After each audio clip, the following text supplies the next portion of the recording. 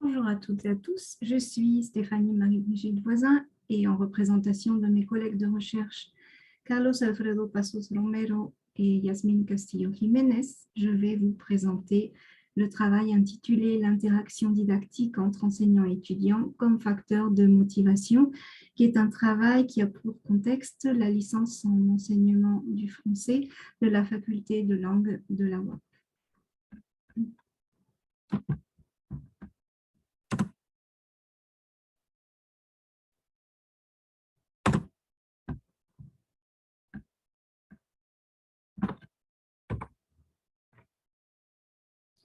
La communication et l'interaction sont des aspects fondamentaux dans la vie de l'être humain.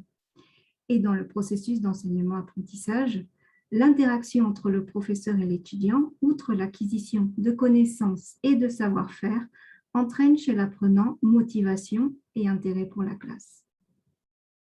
Dans le contexte d'enseignement-apprentissage, l'interaction est double, car elle revêt les formes de l'interaction sociale entre individus partageant une situation de communication et de l'interaction didactique qui renvoie à la communication intentionnelle, structurée et spécialisée dans l'enseignement-apprentissage.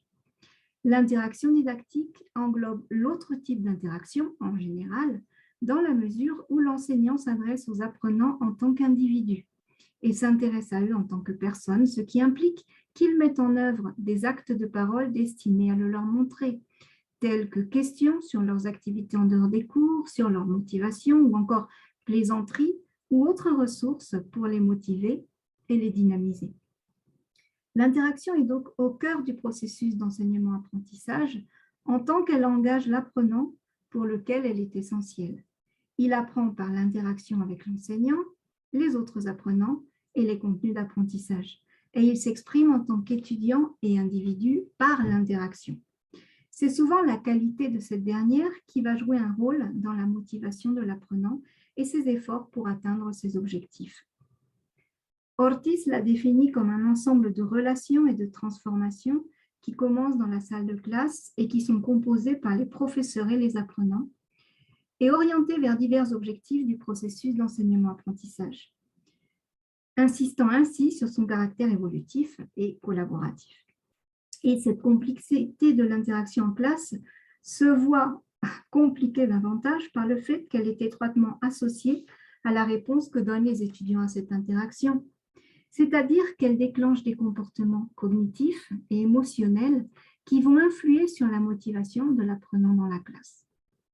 D'ailleurs, les travaux de Piaget insistent sur le fait que la motivation est définie comme la volonté d'apprendre, dont l'objectif fondamental est l'adaptation. L'enseignant doit générer une bonne ambiance pour que les apprenants puissent se développer à leur propre rythme. La motivation, nous l'avons dit, nous le savons tous, elle est au cœur de la problématique de l'enseignement, du processus d'enseignement-apprentissage, et nous l'avons dégagé comme suit. Il existe un certain manque de motivation des étudiants de la licence en enseignement du français, qui est d'autant plus préoccupante qu'ils ont choisi cette formation qui les prépare à devenir des enseignants de langue étrangère. Autrement dit, des médiateurs entre la langue et la culture étrangère et des publics d'apprenants. Donc, ce manque de motivation que beaucoup d'enseignants déplorent dans tous les contextes est d'autant plus grave quand le public est constitué de futurs enseignants, bien sûr.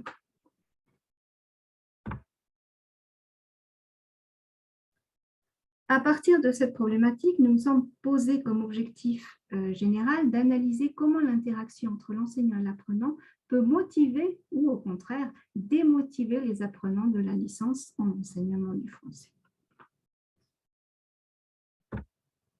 À partir de là, nous avons établi les objectifs spécifiques suivants. Tout d'abord, identifier le type de communication établie dans la classe, c'est-à-dire les statuts et les rôles des acteurs du processus, puis vérifier si la communication dans la classe favorise la motivation.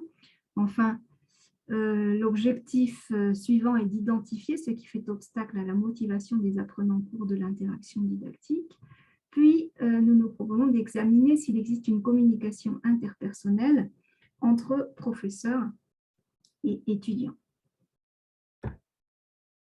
Autrement dit, notre étude cherche à répondre aux questions suivantes.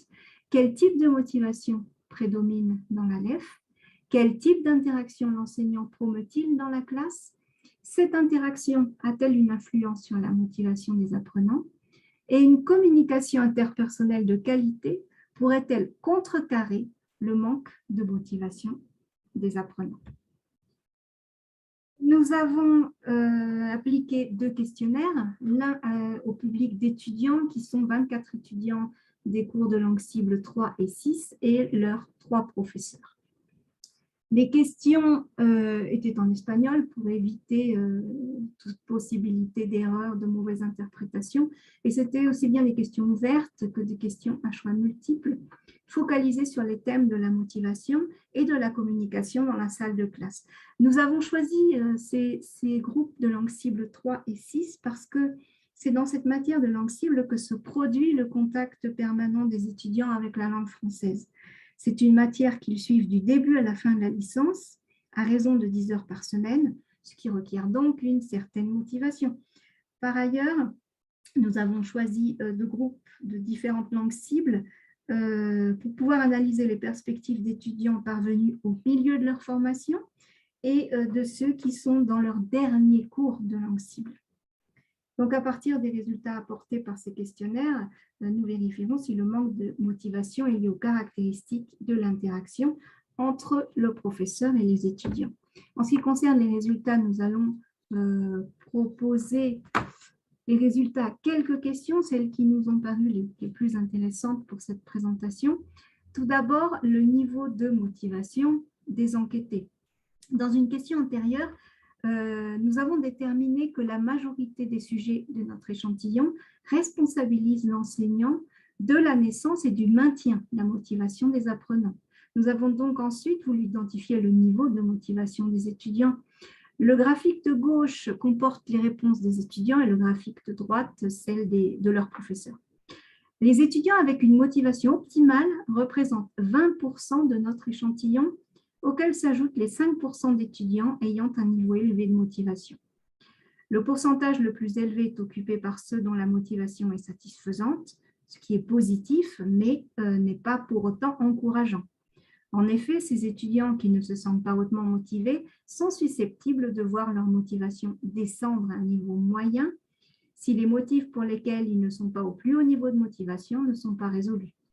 Enfin, 20% des enquêtés déclarent leur motivation comme moyenne, donc insuffisante pour se maintenir, et 26% ont une motivation faible, voire inexistante, ce chiffre étant le 2e pourcentage le plus élevé pour cette question. En somme, le bilan n'est pas favorable puisque 45% des enquêtés ne sont pas ou plus motivés. Cette question était accompagnée d'une réponse ouverte portant sur les raisons de la réponse. Et il ressort que la motivation est à relier avec la motivation intrinsèque et la gestion personnelle de l'apprentissage. Par contre, l'absence de motivation est due à des facteurs plutôt externes, tels que le travail et la fatigue, mais aussi l'absence de motivation interne qui se manifeste par des obstacles cognitifs comme une méthodologie d'enseignement appliquée durant les cours à distance qui ne paraît pas pertinente, ou bien encore des obstacles affectifs comme le manque d'intérêt, le manque de confiance, l'ennui, l'absence de signification de l'apprentissage pour les étudiants. En ce qui concerne les professeurs, les réponses obtenues coïncident avec celles des étudiants, confirmant donc un certain manque de motivation des étudiants. Il ressort de ces réponses que la motivation, tout en étant considérée comme un facteur clé pour la qualité de l'apprentissage, est peu présente dans les cours de langue cible 3 et 6.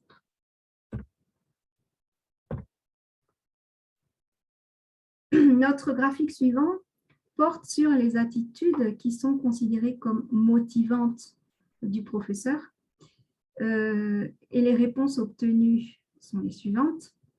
42% des sujets de notre échantillon valorisent que leurs professeurs interagissent avec ses étudiants 29% mettent l'accent sur son caractère accessible, 17% apprécient qu'il ou elle soit amusant, et 12% considèrent motivante son intelligence. Il faut ici remarquer que les réponses obtenues se centrent sur l'aspect communicatif dans la relation didactique. En effet, ils valorisent avant tout que le formateur ou la formatrice ait avec eux une interaction interpersonnelle qui aille au-delà de l'échange didactique usuel, des questions-réponses, de l'exposé, du commentaire. On est bien ici dans le domaine de l'interaction sociale entre individus, en dehors d'un cadre hiérarchique où l'un dominerait complètement, constamment et de manière autoritaire la parole. Dans le même ordre d'idées, nos sujets d'enquête insistent sur l'accessibilité de l'enseignant, c'est-à-dire sa capacité d'écoute et son caractère compréhensif, voire empathique. Enfin, le sens de l'humour et l'intelligence sont aussi mis en avant. Et on voit donc que la qualité humaine est absolument essentielle pour nous enquêter.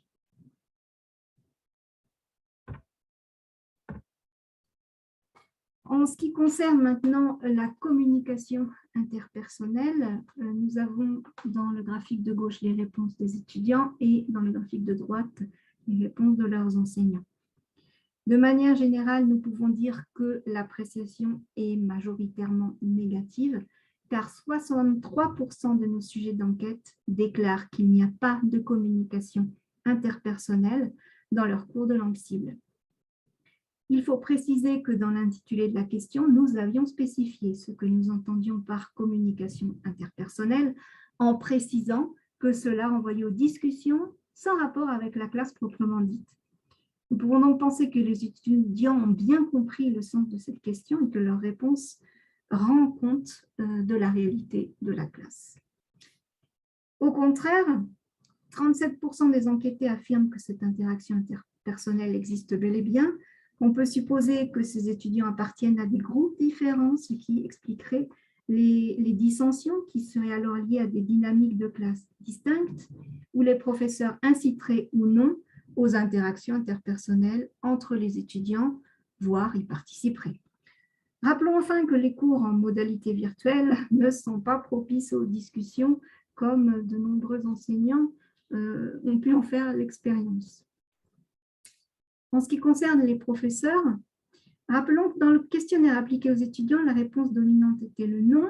Ici, 67% des professeurs affirment que cette communication existe, ce qui nous suggère que leur définition de ce qu'est une communication interpersonnelle diffère de celle de la majorité des étudiants. Ces derniers peut-être perçoivent la communication personnelle uniquement dans une perspective sociale et émotionnelle, alors que les enseignants conjuguent des thèmes de la vie personnelle ou sociale dans le cadre de l'interaction didactique. Concernant les conclusions, nous en avons tiré 3. La première est qu'il existe bien une communication, mais qu'elle prend uniquement la forme de l'interaction didactique, et une interaction didactique relativement traditionnelle, au cours de laquelle seuls l'émetteur échangent des informations pour le récepteur.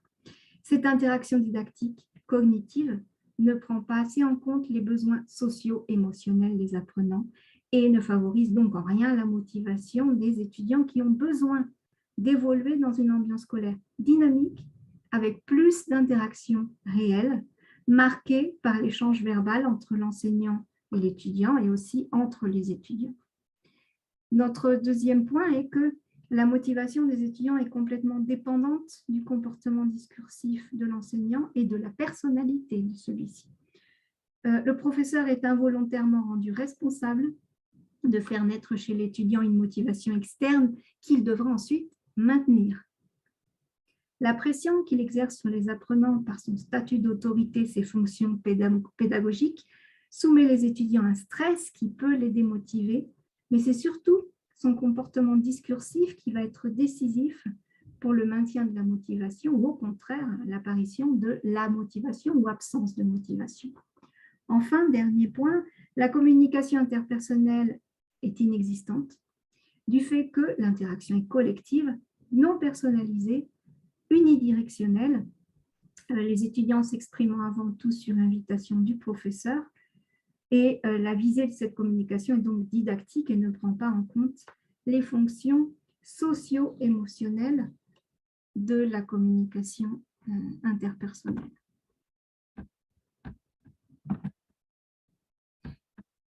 Nous espérons que cette présentation aura été de votre intérêt et qu'elle aura sans doute éveillé chez vous des échos. Si vous voulez nous faire part de commentaires, partager vos expériences, vous avez ici nos courriers électroniques. Merci beaucoup et à très bientôt.